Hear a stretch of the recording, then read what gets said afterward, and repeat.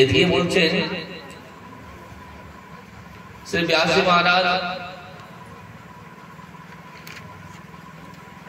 হাজার হাজার 88,000 ঋষিমুনি সুতমুনিকে জিজ্ঞাসা করলেন যে সে পরীক্ষিত মহারাজ কে ছিল, পরীক্ষিত কার ছেলে, কোথায় পাইল, তাকে ব্রহ্ম অভিশাপ লাগলো বা কেন?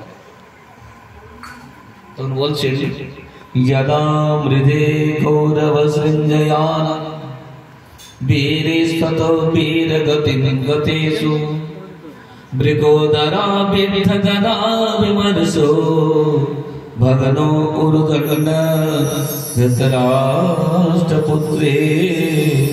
भगनो उरुदण्ड धृतराष्ट्रपुत्रे। বলছেন